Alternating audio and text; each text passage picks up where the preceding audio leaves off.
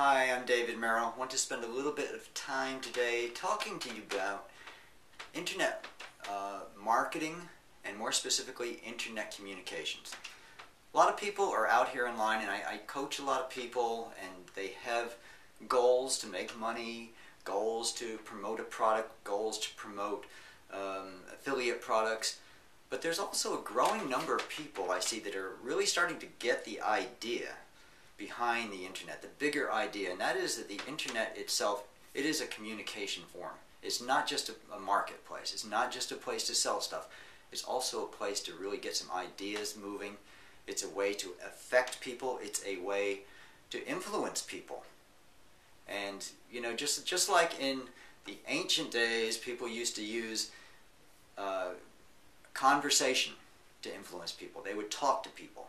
The ancient Greeks were a very oral culture. They talked to people, they gave them stories, they used the story form. It was a very common form of communication back then.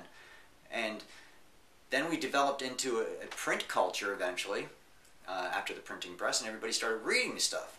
And they started reading about ideas, and they were influenced by that. And they got a little bit away from the whole conversational dialogue part of the communication. But communication really is only just a sender and a receiver, and in between the 2 points is the message. And the message can come through orally, as in a monologue, as I'm doing right now, as in a lecture form. It can come across in a speech. It can come across also multilaterally through a dialogue, that is, a back and forth sharing between the sender and the receiver, where the sender sends out a message, the receiver gives feedback on the message and sends his own message, and it goes back and forth. That's a dynamic form of communication.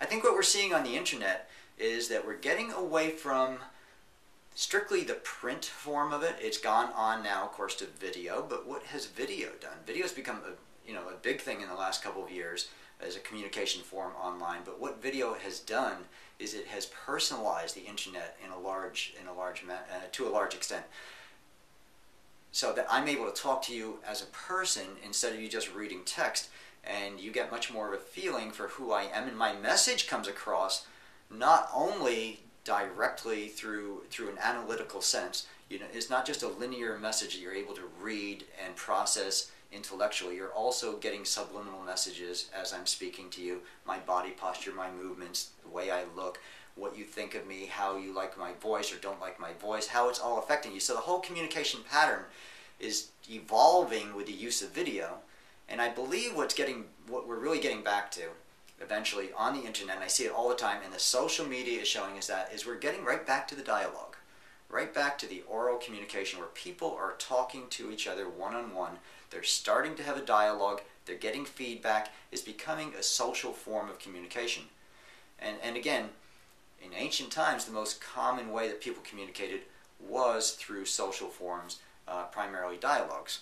So think of this when you're developing your business, but also think of this if you're developing a form of communication on the internet to share an idea, maybe a cause, maybe you're teaching people something. This is a great modality for teaching, and anyone that's been in a classroom knows that there's two primary ways of teaching. One is unilateral, where again the sender is giving a message and the receivers are just getting it. And the other form is when it goes back and forth, such as in a symposium or a roundtable discussion where people are sharing ideas, and that is the dialogue. And that's what I see occurring more and more online. And it's pretty exciting. And explore the methods of the internet. This is what I want to tell you today. Explore the methods of the internet, not just from a business perspective, but think of it in an educational perspective. Think of it as a way to influence opinion and to share ideas and to spread ideas.